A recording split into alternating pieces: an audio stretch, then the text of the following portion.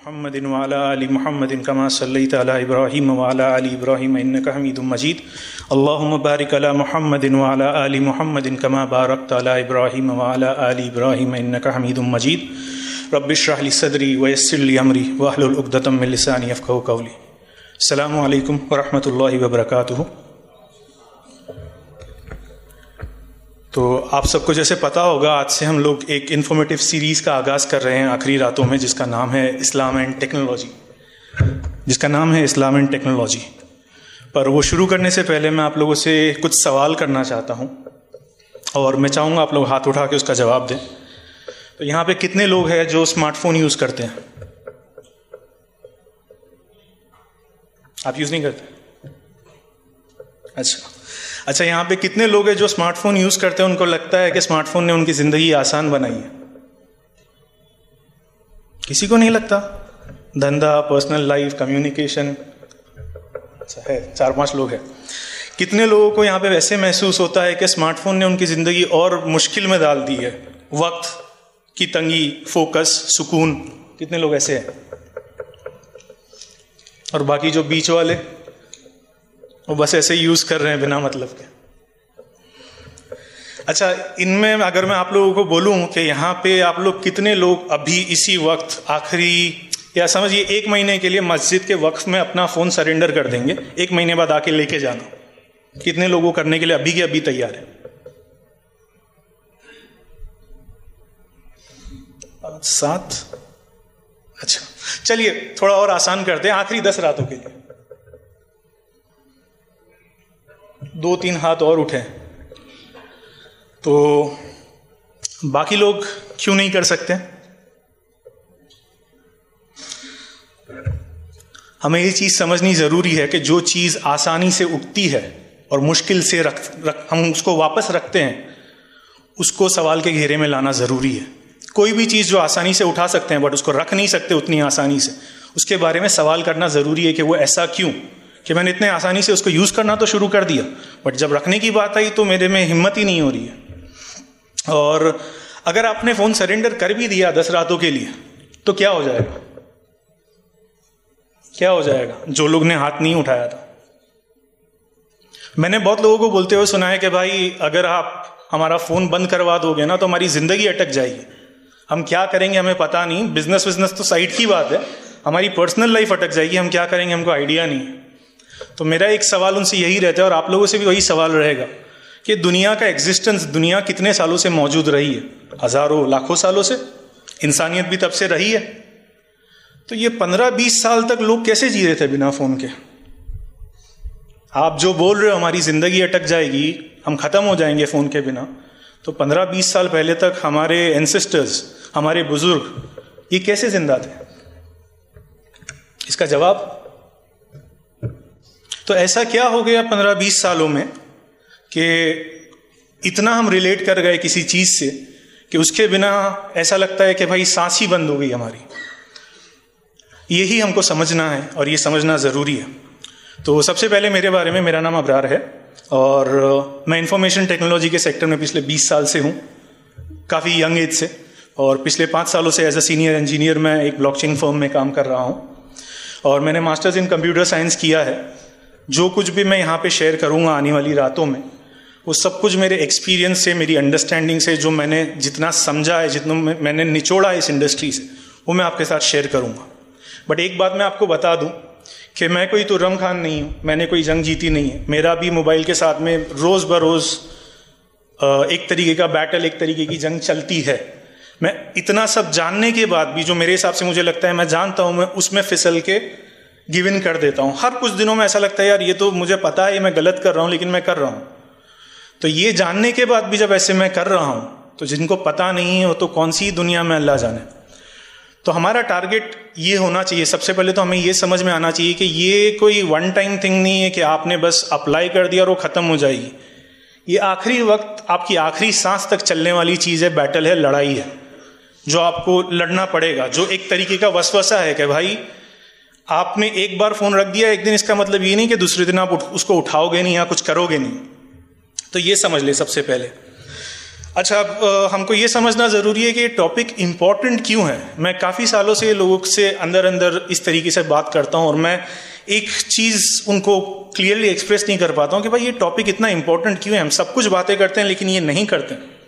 तो हमें ये समझना ज़रूरी है कि हमारी ज़िंदगी, हमारा घर, हमारी फैमिली, हमारी इबादत और यहाँ तक कि पूरी उम्मत वो इससे अफेक्टेड है, इस चीज़ से अफेक्टेड है। और अगर हमने टेक्नोलॉजी से अपना ताल्लुक कॉन्शियसली, दिमाग से, तरीके से शेप नहीं किया तो यही टेक्नोलॉजी हमारी आदतें, हमारी सोच, हमारे घर, हमारी इबादत को शेप करेगी अपने तरीके से।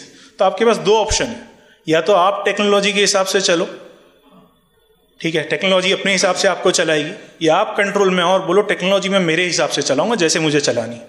ज़्यादातर लोग डिफ़ॉल्ट मोड में चलते हैं, जो टेक्नोलॉजी उनको जिस तरीके से चलाती है कि भाई नया फ़ोन आया, अनबॉक्सिंग किया और उसमें नोटिफिकेशंस ऑन है तो ऑन रहने दिए, उसमें जो कलर सेट है वो कलर सेट रहने दिया, जो एप्लीकेशंस है वो रहने दी, डिफ़ॉल्ट मोड पे चलते हैं। वो डिफ़ॉल्ट मोड के पीछे उनका डिसीजन मेकिंग क्या है, इंजीनियर्स का, कंपनी का, वो आपको आइडिया नहीं है।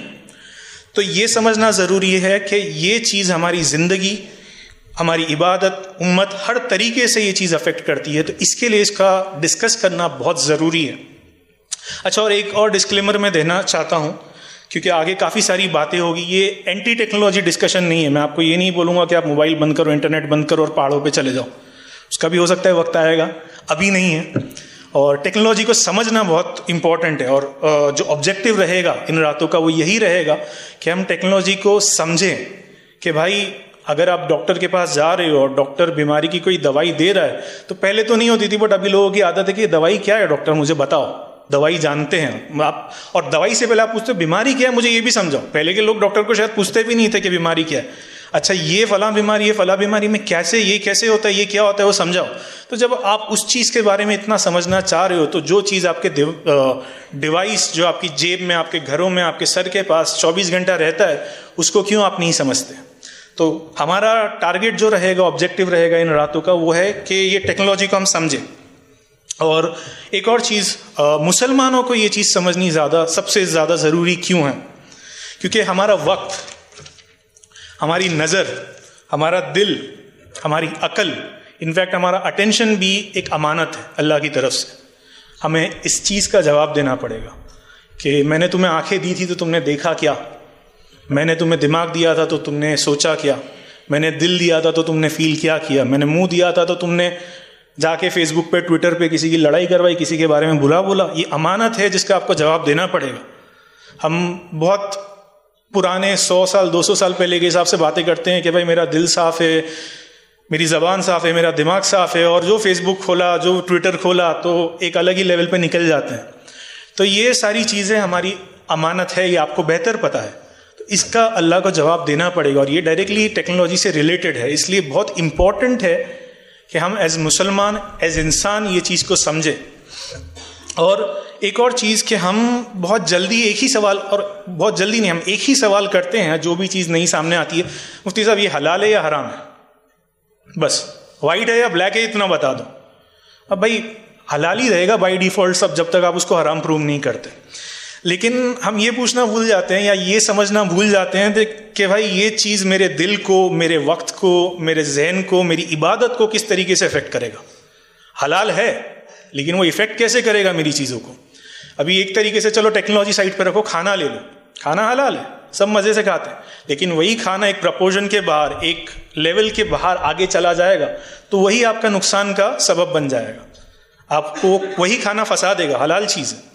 यही चीज़ टेक्नोलॉजी पे अप्लाई होती है कि टेक्नोलॉजी कोई आपको बोलेगा नहीं हराम है कि भाई बंद कर दो, मोबाइल हराम है बंद कर दो, लेकिन वो मोबाइल बिना समझ के, बिना एक दायरे के, बिना एक लाइन के, बिना तरीके के आपने यूज़ किया तो आप अपनी आखिरत को एक तरीके से ट्रेड कर रहे हो कि भाई इस दुनिया में मैं मोबाइल का, टेक्नोलॉजी का पूरा यूज़ कर लूँगा, लेकिन आखिरत मैंने बेच दी, मैं इतना निचोड़ निकाल पाया हूँ। तो खैर आगे बढ़ते हैं। अब सबसे पहले हमको ये समझना ज़रूरी है कि ये प्रॉब्लम जो है, मैं इसको प्रॉब्लम मानता हूँ, हम आगे डिस्कस करेंगे, बट ये प्रॉब्लम जो है उसका सोल्यूशन क्या। अब किसी भी प्रॉब्लम को सॉल्व करने के मेरे हिसाब से 4 स्टेप्स होते हैं, 4 लेवल्स होते हैं। सबसे पहला स्टेप ये होता है कि आप मानो कि कुछ प्रॉब्लम है।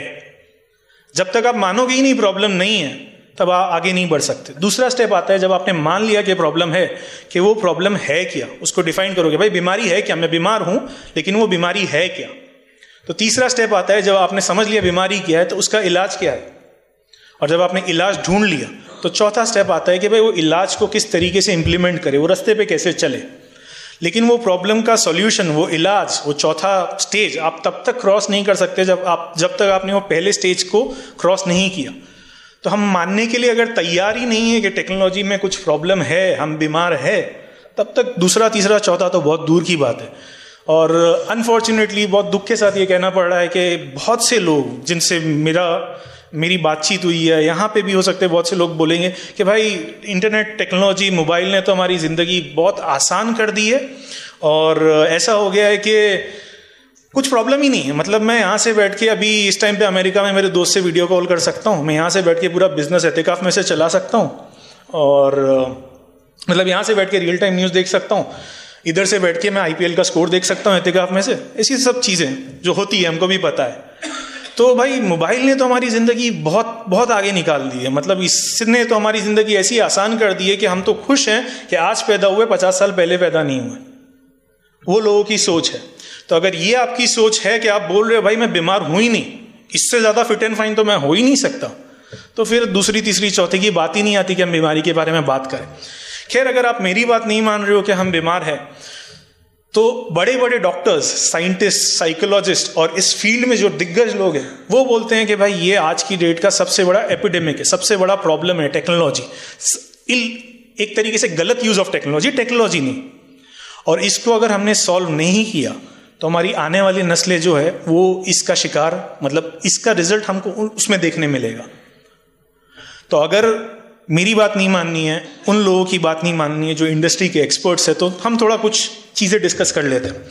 अब 4 कैटेगरीज में मैंने ये बीमारी को या ये प्रॉब्लम्स को डिस्ट्रीब्यूट किया है।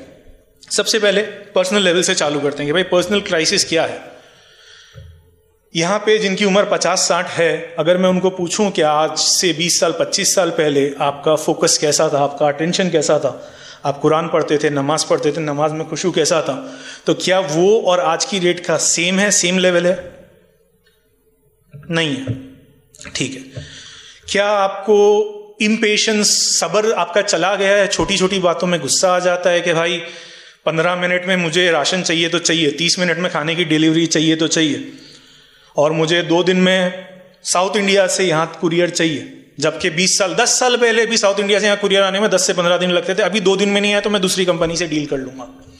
तो ये रेस्टलेसनेस, इम्पेशंस है लोगों में जो पहले नहीं थी। ऐसे ही वीक मेमोरी, कुरान जो हिफ्स करते हैं उनको बेहतर पता होगा, जिन्होंने किया होगा और थोड़ा कभी कभी रिविजन करते होंगे, कि पहले हिफ्स करना काफ़ी आसान था इन द सेंस कि आप फोकस पर कर पाते थे, कॉन्सेंट्रेट कर पाते थे, बट अब वो बहुत डिफिकल्ट हो गया, बहुत मुश्किल हो गया। तो ये कुछ पर्सनल इश्यूज है। अगर ये भी आपको समझ नहीं आते कि नहीं भाई ये सब में तो मेरा कुछ लेना देना है ही नहीं, कुछ क्राइसिस है ही नहीं, आगे बढ़ो, तो फैमिली की तरफ मूव करते हैं। फैमिली में गुफ्तगू कम हो गई है, बच्चे और माँ बाप के बीच में कनेक्शन ब्रेक हो गया, एक ब्रिज हो गया, एक रास्ता बन गया है कि वो जिस तरीके से हमारे माँ बाप उनके माँ बाप से बात करते थे, हम अपने बच्चों से बात नहीं कर पाते। ऐसे ही एक इमोशनल डिस्टेंस आप बोल लो, एक हस्बैंड वाइफ का कनेक्ट बोल लो, एक ही रूम में दोनों साथ में लेटे हुए हैं लेकिन दोनों का दिमाग कहीं और है, जो कि बहुत बड़ा मसला है आज की डेट का। एक ही कमरे में समझो 4 लोग हैं लेकिन उनकी 4 अलग अलग दुनिया एक ही घर में चल रही है। घर में प्रेजेंस है लेकिन दिमाग कहीं और पे चल रहा है। ये भी अगर समझ नहीं आता, पर्सनल समझ नहीं आता, फैमिली समझ नहीं आता, तो थोड़ा सोशल की तरफ चलते हैं, बाहर के माशरे की तरफ चलते हैं। कंपैरिजन, जहाँ तक मुझे याद है, जहाँ तक मुझे मेरे जितना बचपन का देखा हुआ है, पहले लोग इस तरीके से नहीं करते थे कि इसके पास ये तो मुझे ये चाहिए, आज मेरे पास ये है बहुत अच्छा है, बट कल 2 दिन बाद किसी और ने कुछ लेके आया तो मेरा आज का सब वेस्ट हो गया, मुझे 2 दिन बाद अपग्रेड करना पड़ेगा। ये पता नहीं कहाँ से आया है। तो ये भी अगर आपको नहीं लगता है तो फिर दूसरा है कन्फ्लिक्ट। लड़ाइयाँ बहुत आसान हो गई है, एक जगह कहीं पर जाके कुछ बोल दो, लोग उसको वेरीफाई किए बिना, सोचे बिना, चलो भाई लड़ लेते हैं। अभी हाल ही का एग्जाम्पल ले लो कि भाई ईरान ने 10,000 लोगों को एग्जीक्यूट कर दिया। एग्जाम्पल, क्या प्रूफ, क्या एविडेंस? कुछ नहीं, बस मान लिया लोगों ने। तो इसी तरीके से कन्फ्लिक्ट होते हैं कि भाई कोई इंसान ने कुछ बोल दिया, दूसरे इंसान ने वो मान लिया बिना वेरीफाई किए, मिस इन्फॉर्मेशन हो गया, मैनिपुलेशन हो गया। किसी को किसी के बारे में आपको जहन बदलना है तो कुछ नहीं है, सिर्फ एक कुछ फैलाना जरूरी है कि भाई इसके बारे में कुछ खराब बोल दो, तो 10 लोग जो उनको पसंद नहीं करते वो तो कुछ बोलेंगे इनके बारे में, वो फैलता जाएगा। चलो ये भी सोच लेते हैं कि सोशल भी क्राइसिस नहीं है, पर्सनल नहीं है, फैमिली नहीं है, सोशल नहीं है, तो सबसे अहम मुद्दे पे आ जाते हैं स्पिरिचुअल, रूहानियत। नमाज में क्यों फोकस नहीं कर पा रहे, खुशू क्यों ध्यान नहीं दे पा रहे। तरावी में मुर्गी भी पैदा हो गई, अंडे में से निकल गई, उसने और अंडे दे दिए, पूरा पोल्ट्री फार्म तैयार हो गया, लेकिन 20 रकात हो गई और गलती से 5 मिनट एक्स्ट्रा ले ली तो घड़ी की तरफ सबका ध्यान जाएगा कि आज तो 5 मिनट एक्स्ट्रा ले लिया, ध्यान गया आपका और साथ ही साथ कंसंट्रेशन गया। कुरान पर सब्र नहीं आता लोगों को। कुरान पढ़ते ही, कुरान अल्लाह बोलता है कि भाई तुम कुरान पढ़ोगे सब्र आएगा, तुम्हें सुकून मिलेगा। हम तो पढ़ लेते हैं भाई, एक रात में या आखिरी 10 रातों में 3 खत्म कर लेते, सब्र नहीं आता। क्यों? कभी ये सवाल किया है हमने अपने आप से? जिक्र में सुकून नहीं है भाई, हजार बार ला इलाहा अंता सुब्हानका इन्नी कुन्तु मिनज़ ज़ालिमीन पढ़ लिया, लेकिन क्या कुछ कनेक्शन तो हुआ नहीं। बस तस्बीह में मैंने 1000 देख लिया, हो गया मेरा काम, मिल गया मेरे को रिवॉर्ड। बोर नहीं हो सकते हम लोग, साइलेंस अनकंफर्टेबल है। बैठ के सिर्फ सोचना, गौर फिक्र करना कि मेरी आखिरत क्या है, मेरा अल्लाह क्या है, अल्लाह चाहता क्या है मुझसे, नहीं भाई कुछ तो चाहिए।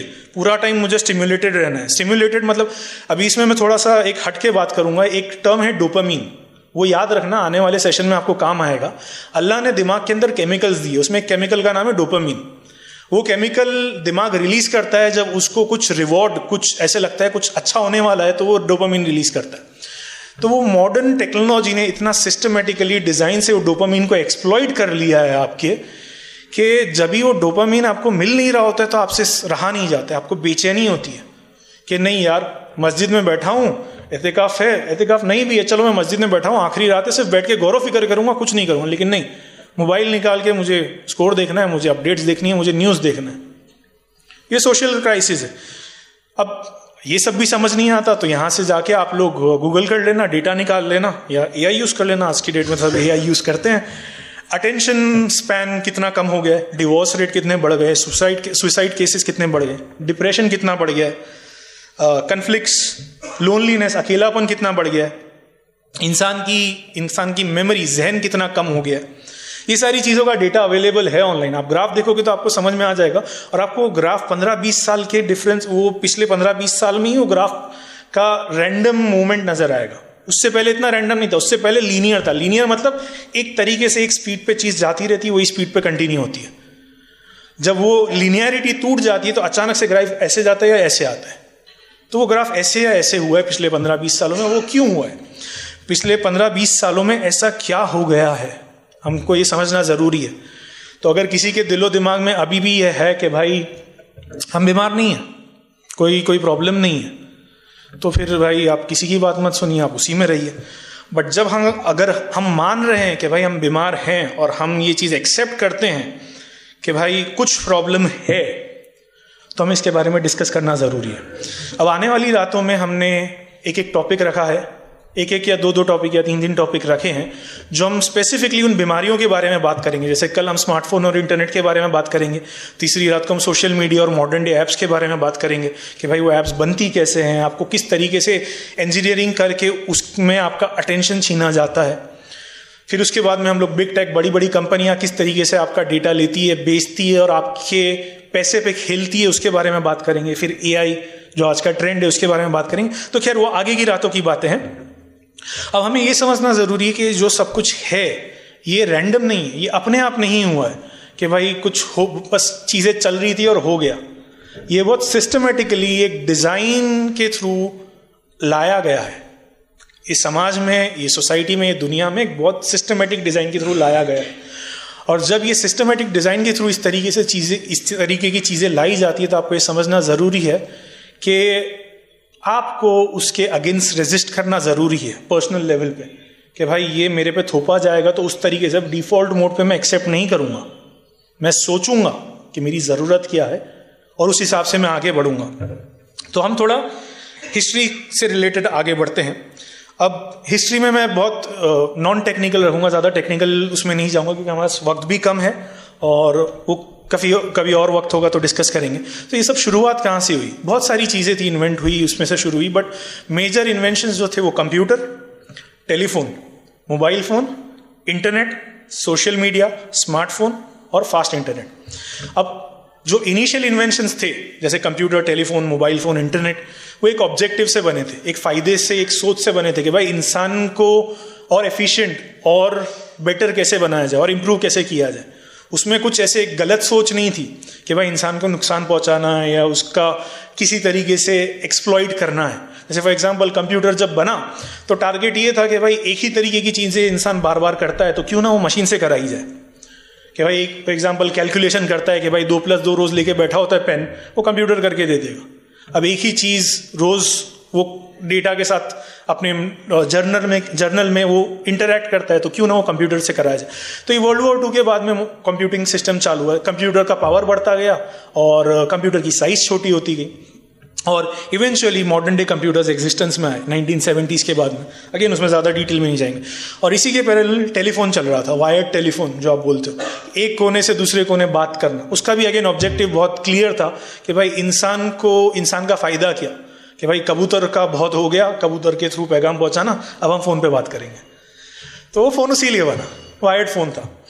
अब ये जब फ़ोन और कंप्यूटर बना तो लोगों को फ़ोन से भी उग गए कि भाई ये वायर वाला तो एक जगह पे खड़े लेके बात करनी पड़ी, इधर जाना पड़ा, STD जाना पड़ा, PCO जाना पड़ा।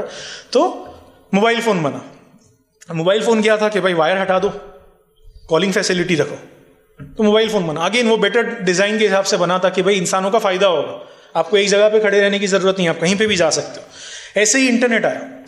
इंटरनेट एक एक्सपेरिमेंट के तरीके से चालू हुआ था जिसे ARPANET कहते थे पहले। ARPANET था कि भाई 2 कंप्यूटर हैं, उनको अंदर अंदर बात करानी है, तो रिसर्च वाले लोग अंदर अंदर बात कराने में ARPANET बना लिए। अब वो ARPANET इवेंचुअली इंटरनेट बना। इंटरनेट कैसे बना कि भाई अंदर अंदर कंप्यूटर तो बात कर रहे हैं लेकिन हमको दुनिया में बात करानी है तो कैसे करवाएंगे। तो इंटरनेट 1989 में वर्ल्ड वाइड वेब आया, ठीक है, वहाँ से इंटरनेट का आगाज़ हुआ। अब यहाँ तक तो सब ठीक था। अर्ली 2000 में एक टर्म आया सोशल मीडिया, वहाँ से चीज़ें डाउनहिल जाना चालू हुई। अब सोशल मीडिया का भी इनिशियल अगर आप एक ऑब्जेक्टिव देखोगे कि भाई इसका रीज़न क्या था एग्जिस्टेंस में आने का, तो बहुत नेक इरादा था अगर उस तरीके से देखो कि भाई दुनिया को मिलाना है, लोगों की बातचीत करानी है, लोगों को एक तरीके से कनेक्ट करना है कि भाई सब एक दूसरे के बारे में जान सके, सब एक दूसरे को मिल सके, भले एक साथ प्रेजेंट नहीं है। और उसके ही कुछ सालों बाद 2006 और 2007 के आसपास मोबाइल फ़ोन कन्वर्ट हो गया स्मार्टफोन में। अब फ़ोन आपको देता था कॉल करना, SMS करना, 2 गेम्स दे दिया, एक छोटा कैमरा दे दिया। स्मार्टफोन बोला भाई हम आपको फ़ोन के साथ साथ ऑडियो भी सुनो, वीडियो भी देखो, आपको जो करना है सब, आपको कंप्यूटर का सामान भी फ़ोन में ही दे देंगे, स्मार्टफोन में दे देंगे, ये यूज़ करो। अब यहाँ तक भी सब चीज़ें सही चल रही थी। अब इंटरनेट की स्पीड बढ़ना चालू हुई, इंटरनेट पावरफुल होना चालू हुआ, तो लोगों को समझ में आया कि भाई ये टेक्नोलॉजी बहुत ज़्यादा पावरफुल हो गई है और इसी में पैसा है। तेल वेल सब पीछे रह गया, डेटा और अटेंशन इकोनॉमी बोलते हैं इसको, जो मैं आपको आने वाले लेक्चर्स में समझाऊंगा, इसी में पैसा है। तो ये बड़ी बड़ी जो कंपनीज है जिसने उस टाइम पे प्रोडक्ट्स डेवलप किए, उन्होंने समझा कि भाई ये पैसा इसमें है। अब पैसा इसमें तो नहीं मिलेगा कि भाई लोग हमारी ऐप्स यूज़ करें, क्योंकि वो यूज़ करेंगे, हम फ्री में दे रहे हैं, तो हमारा पैसा कैसे बनेगा। तो उन्होंने आपका अटेंशन खरीदा, आपका डेटा खरीदा और उसके थ्रू पूरा आगे का मीडियम बनाया कि भाई हम ये कंपनी में, मार्केट में ये तरीके से डेटा कैसे बेचेंगे। ये तो एक एस्पेक्ट है जो मैं आपको बता रहा हूँ, बट एक एग्जांपल दे रहा हूँ। अब वो जब सोच ही वैसे हो गई कि भाई ये डेटा पे पूरा सिचुएशन चलेगी, तो आपका अटेंशन, जो आपका फोकस है, वो बहुत महंगा हो गया। अब डिज़ाइन इस तरीके की हो गई कि भाई 10 मिनट 15 मिनट ये बंदा मोबाइल यूज़ करेगा तो हमारा कुछ काम का नहीं है, क्योंकि हमारे को पैसा नहीं मिलेगा। हमारे को एडवर्टीजमेंट और XYZ से जो रेवेन्यू आएगा वो तभी आएगा जब हम इनको मशगूल रखेंगे, इस चीज़ में पकड़ के रखेंगे, 1 घंटा 2 घंटा 10 घंटा, इनफैक्ट 24 घंटा भी रहना है तो रखेंगे। तो डिज़ाइन चेंज होना चालू है। तो हम शुरू हुए थे एक अच्छे ऑब्जेक्टिव से कि भाई इंसान की मदद करनी है, इंसान को और एफिशिएंट बनाना है, और हम यहाँ पे आ गए हैं कि भाई इंसान का जो होना हो हमको फ़र्क नहीं पड़ता, हमें अपना धंधा देखना है, हमें अपना नंबर्स देखने हैं और हमें अपने तरीके से दुनिया चलानी है। आगे की जनरेशन के साथ जो होता है हो। और ये तो मैं आपको अगेन 3 साल 5 साल पहले की सिचुएशन बता रहा हूँ। पिछले 3-5 साल में इतना कुछ डेवलप हो गया है जो आगे के सेशंस में बात करेंगे कि आने वाला वक्त जो है वो किसी ने देखा नहीं है उस तरीके का होगा, हर तरीके से। तो आप लोगों को ये समझना ज़रूरी है कि कोई भी चीज़ बाय डिफ़ॉल्ट नहीं है, हर चीज़ डिज़ाइन की गई है। एटलीस्ट पिछले 10 सालों से या 12 सालों से तो मैं बोल सकता हूँ कि हर जो चीज़ यहाँ पे दुनिया में है वो बाय डिज़ाइन है। तो अगर आप फ़ोन लेते हो, फ़ोन का डब्बा खोलते हो और वो डब्बे में फ़ोन एक तरीके से पड़ा है, उसका स्टिकर एक तरीके से पड़ा है, तो ऐसा नहीं कि भाई आप दुकान में पैकिंग करते हो तो फ़ोन में डब्बे में फ़ोन रख दिया और डब्बा बंद कर दिया। नहीं, सेंटीमीटर का मूवमेंट कैसा करना है, वो डब्बे को कैसे ओपन। एप्पल का एक डिपार्टमेंट है, पैकेजिंग डिपार्टमेंट, जो सिर्फ उस पर फोकस करता है कि वो पैकेजिंग का जो एक्सपीरियंस है वो किस तरीके से अव्वल बनाया जाए लोगों के लिए। कि वो डब्बा खोले ना, उसी में उसको लगे भाई मेरे 70,000 वसूल हो गए। ये डिपार्टमेंट है एप्पल का, पैकेजिंग सिस्टम। एप्पल का पैकेजिंग आप देखोगे तो आपको एक अलग ही लेवल का वो मिलेगा। भाई वाइट कलर का बॉक्स है, एकदम मिनिमल है, आप ऊपर से बुक निकालोगे, अंदर डिवाइस नजर आएगा, डिवाइस के नीचे गोल आपको वो सोचा समझा डिजाइन है कि भाई एक्सपीरियंस कैसे दे। तो यही है कि पॉकेट में आपकी दुनिया तो आ गई है लेकिन हाथ से जिंदगी निकल गई है, और ये बहुत तरीके से किया गया है, हम समझ नहीं रहे। और फास्ट इंटरनेट और स्मार्टफोन ने सोशल मीडिया को और बहुत पावरफुल बना दिया, जैसे मैंने आपको कहा। अब जैसे हमने समझा कि क्राइसिस रैंडम तो नहीं है, तो हमको एक और बात समझनी ज़रूरी है कि हर दौर में, जब भी मैं बड़े बुजुर्ग से इसके बारे में पिछले कुछ सालों में बात किया हूँ तो एक ही चीज़ सुनने मिलती है, बेटा हर दौर में फितने रहे, हमने भी हमारे दौर का फितना देखा है। वो नो डाउट हर दौर में फितने रहे हैं, बट ये दौर का फितना थोड़ा अलग रहा है। उसके 4 रीजंस हैं और ये हमको समझना ज़रूरी है और बड़ों को भी समझाना ज़रूरी है, क्योंकि वो भी ये फितने में इन्वॉल्व हो गए, उनको पता नहीं है। वो 4 खास बातें क्या है। आज का फितना जो है वो पोर्टेबल है, आपके जेब में फितना आप रख के निकल सकते हो। पुराने ज़माने में ऐसा नहीं था। आप मस्जिद में आओगे, आप हरम शरीफ में जाओगे तो भी फितना आपकी जेब में है। ऐसा कब रहा है दुनिया की हिस्ट्री में? कभी नहीं। दूसरा, फितना प्राइवेट है, आप तन्हाई में एक्सेस कर सकते हो। पहले एक सोशल बैरियर के बाहर निकलना पड़ता था आपको एक फितने को एक्सेस करने के लिए। अब आप अकेले बैठ के कुछ भी करो, किसी को पता नहीं चलने वाला है। तीसरा, पर्सनलाइज्ड है। इसमें थोड़ा डिटेल में नेक्स्ट सेशन में, आने वाले सेशन में जाएंगे, बट आप जो भी क्लिक करते हो, आप स्क्रॉल करते हो, आप जो कुछ भी करते हो, सब सारा रिकॉर्ड होता है और उसके बेस पे आपकी एक डिजिटल आइडेंटिटी, डिजिटल फुटप्रिंट बनती है कि भाई ये इंसान, फला इंसान ऐसा है, इसको ये पसंद है, इसको ये नापसंद है। तो उस हिसाब से आपको कंटेंट दिखाया जाता है एप्लीकेशन में कि भाई इसको इसकी फीड में यही चीज़ दिखाना। तो आपका जो फितना है उसका तीसरा ट्रेट ये है कि वो पर्सनलाइज्ड है। तो आप जब भी वो चीज़ यूज़ करोगे तो आपको लगेगा ये तो मेरे लिए ही है, मतलब एकदम मेरे से मैं रिलेट कर पा रहा हूँ। और चौथा, कांस्टेंट है, नॉन स्टॉप, 24/7। हर सेकंड आप डिवाइस निकालोगे आपको कुछ नया मिलेगा, हर सेकंड। ऐसा नहीं है कि यार एक ही चीज़, न्यूज़पेपर है, आज न्यूज़पेपर देखा, अभी बाद में रीड करूँगा तो भी खबर तो वही रहने वाली है। मोबाइल में हर सेकंड में आपको कुछ नया मिलेगा। तो ये 4 ट्रेड्स है, प्राइवेट, पोर्टेबल, कहीं पे भी अवेलेबल है, प्राइवेट, तन्हाई में एक्सेस, पर्सनलाइज आपके हिसाब से, और कांस्टेंट।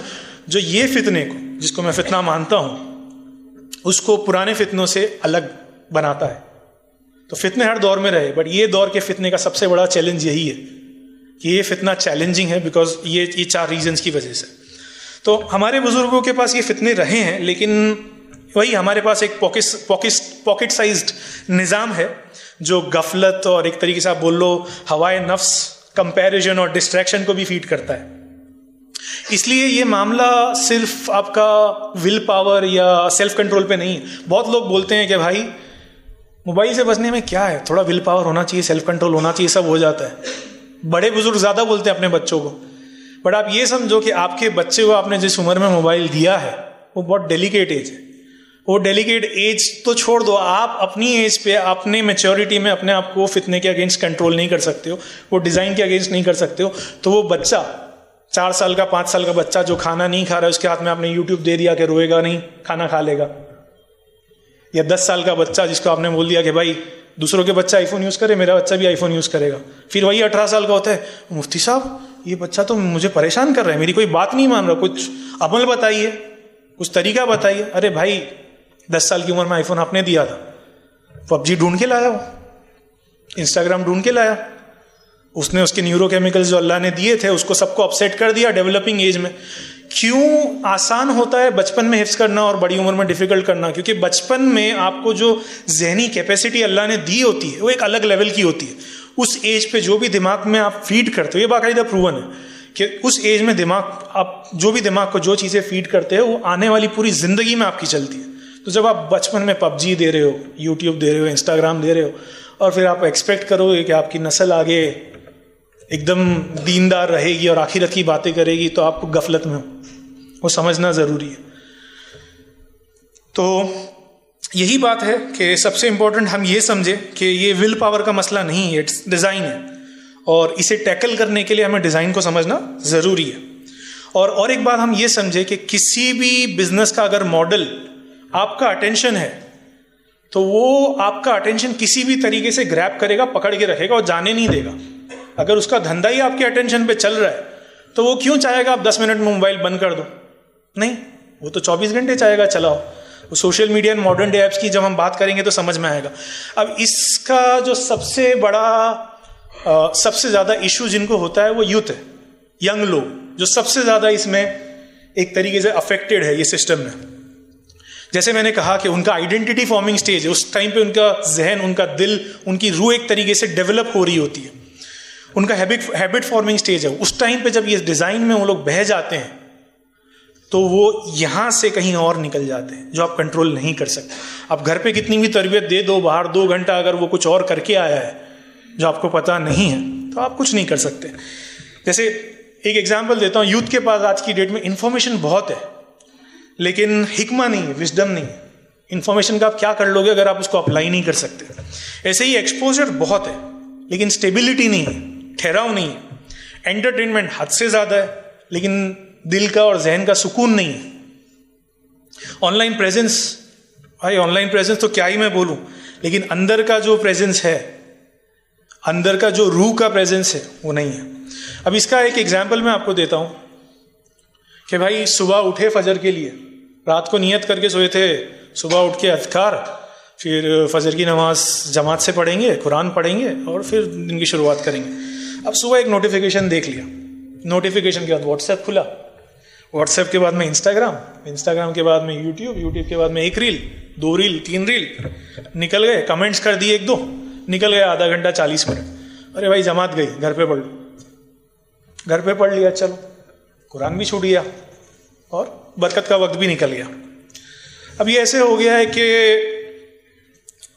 हमारे दिन का आगाज नोटिफिकेशन से होता है, नीयत से नहीं।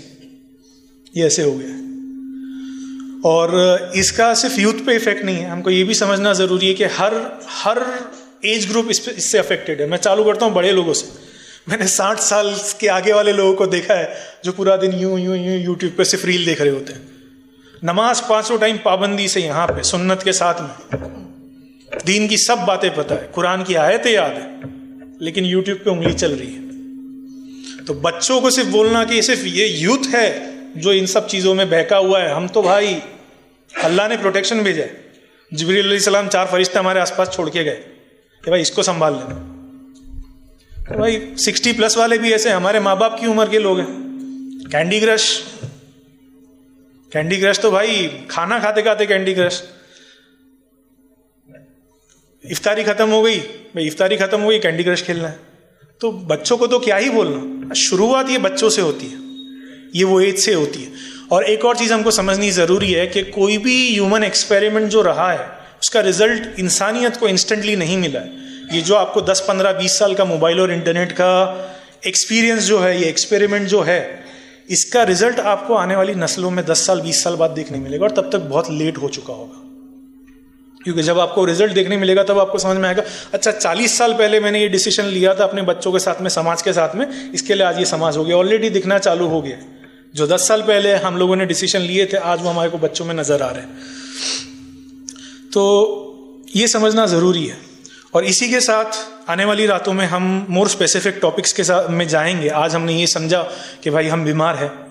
क्या हम अब मानते हैं कि हम बीमार हैं कि अभी भी भाई बीमार नहीं है, हम तो भाई मज़े से फ़ोन के बिना तो दुनिया चल ही नहीं सकती है, और फ़ोन से अच्छी चीज़ दुनिया में है नहीं। मतलब मैं तो कुरान भी फ़ोन पे पढ़ता हूँ, उस पर भी आएंगे कुरान फोन पे जो पढ़ते हैं उस पर भी आएंगे, बट है अभी भी कोई जो हाथ उठा के बोल सके कि भाई बीमार नहीं, मैं तो एकदम परफेक्ट हूँ, मैं टैकल कर लेता हूँ, मैं हैंडल कर लेता हूँ? कोई भी इंसान है?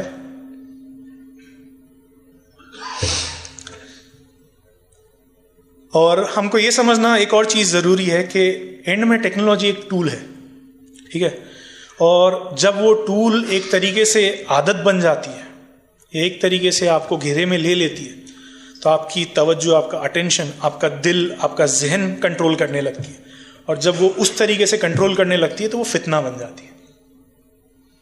और फितना इस तरीके का बनती है और आने वाले वक्त में इतना स्ट्रांग बनेगी कि इस फितने से बाहर आने का रास्ता बहुत डिफिकल्ट होगा। अभी अगर रास्ता इतना है तो आने वाले वक्त में वो रास्ता नैरो हो जाएगा और पतला हो जाएगा, वो और पतला, इस तरीके से रास्ता होता जाएगा। अभी वक्त है हमारे पास कि वो रास्ते से हम उल्टे रास्ते से आ जाए। कि मैं नहीं बोल रहा टेक्नोलॉजी यूज़ करना बंद कर दें, समझे तरीके से, अपने तरीके से यूज़ करें तो वो रास्ते से बाहर आ जाए, क्योंकि जितना आगे बढ़ेगा वक्त उतना वो रास्ता पतला होता जाएगा और उससे निकलना इतना डिफिकल्ट हो जाएगा। आज से अगर 2000 ज़्यादातर लोगों ने स्मार्टफोन खरीदना चालू किया था 2010 से 15 के बीच में, अगर उन्हीं सालों में मैं बोलता कि भाई स्मार्टफोन के बहुत नुकसान है, छोड़ दो, तो बहुत लोगों के लिए छोड़ना, यहाँ पे जितने हाथ उठे थे उससे ज़्यादा हाथ उठते। आज कम हाथ क्यों उठे? क्योंकि वक्त निकल गया। अब जितना वक्त जाएगा उतनी चीज़ें उतना डिफिकल्ट होता जाएगा। तो हमें आगे के वक्त को देख के समझना ज़रूरी है और ये सोचना ज़रूरी है कि भाई हमको डिफ़िकल्टी में आगे बढ़ना है, कि भाई हम तो देख लेंगे, हम 30 मार खाने, हमको फ़र्क नहीं पड़ता है सब चीज़ों से। ऐसे तो बहुत शैतान से हम लड़े हैं हमारे ज़माने में, जो बड़े लोग बोलते हैं कि भाई हमने तो बहुत लोगों से लड़ाई की है, ये तो कुछ नहीं है, मोबाइल छोटी सी चीज़ है, बंद करके रख देंगे। ऐसे बंद नहीं होता है, आपको भी पता है।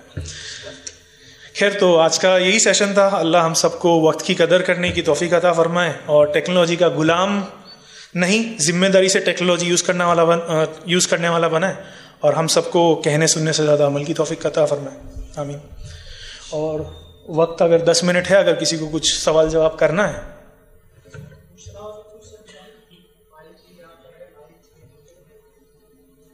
किसी को कुछ पूछना हो, कोई बात जहन में हो, अभी जो बात हमारे सामने आई उसके बारे में, या हमारा जो क्वेश्चन आंसर का सेशन मसले मसाइल वाला, उसमें से कुछ पूछना हो, मेरे लाइन का सवाल होगा तो मैं जवाब दूंगा, इनकी लाइन का सवाल होगा तो ये जवाब देंगे। कुछ भी आपको अगर जहन में कुछ भी आ रहा है कि भाई ये आपने ऐसे क्यों बोला या ऐसा क्या, आप पूछ सकते हो बेझिझक होकर। और पूछना ज़रूरी है, क्योंकि अंदर ही अंदर रहोगे तो आपको समझ में नहीं आएगा क्या हो रहा है। मैं जो इंडस्ट्री में, मैं जहाँ पे काम करता हूँ, जो मैं चीज़ें देख रहा हूँ, मुझे पता है कि अंदर क्या हो रहा है और बाहर के लोगों को आइडिया भी नहीं है उनके दिमाग के साथ किस तरीके से खेला जा रहा है। सवाल पूछो तो बेहतर है। अस्सलाम वालेकुम। सवाल ये करना था कि आपने हिस्ट्री पर बात की, इस इंटरनेट को ईजाद करने वाले भी वही लोग थे जिन लोगों ने इसको बिगाड़ा है? नहीं, इंटरनेट मैं वो बोलना भूल गया। 1989 में एक आदमी था जिसका नाम था टिम बेंडर्स-ली, उसने ईजाद किया था। उसको अभी कुछ 10 सालों पहले किसी ने पूछा कि भाई इंटरनेट, आपने वर्ल्ड वाइड वेब जो बनाया है, आप उसके बारे में क्या सोचते हो? आज हम इतना आगे निकल गए। बोला मैं दुखी हूँ। बोला हमने ये सोचा नहीं था कि इंटरनेट ये लेवल पे पहुँच जाएगा और इस तरीके की चीज़ें होगी। मैंने ये सोचा नहीं था, वरना मेरे डिसीजन कुछ और होते। तो आपके सवाल का जवाब ये है कि जिन लोगों ने इंटरनेट बनाया उनकी सोच एक अच्छी थी, एक ऑब्जेक्टिव था। जैसे मैंने कहा, इंटरनेट को जिन्होंने बिगाड़ा है वो modern day big tech companies है। आप मेटा, फेसबुक बोल लो, माइक्रोसॉफ्ट बोल लो, जिनका सिंपल अब बिजनेस आप कर रहे हो, आपको पैसा कमाना है, उसमें आप 10 लोग बिकते तो बिके, 100 लोग मरते तो मरे, हमारा क्या जाते, पैसा छपना चाहिए। तो बिगाड़ने वाले और बनाने वाले में फ़र्क है। बट आज की डेट में जो टेक्नोलॉजीज बन रही है, जैसे फॉर एग्जांपल AI, वो बनाने वाला ही बिगाड़ने वाला है, उस पर हम बात करेंगे।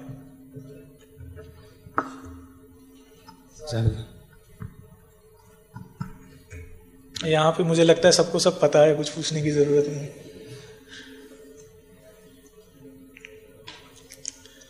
आने वाली रातों में और डिटेल में जाएंगे तो सवाल जवाब का हो सकता है टाइम कम मिले, तो अगर कुछ पूछना है अभी या आगे तो उस हिसाब से रखें।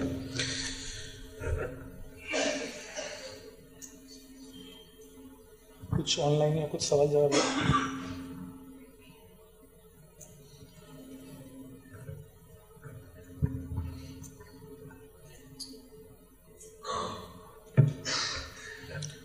ठीक है,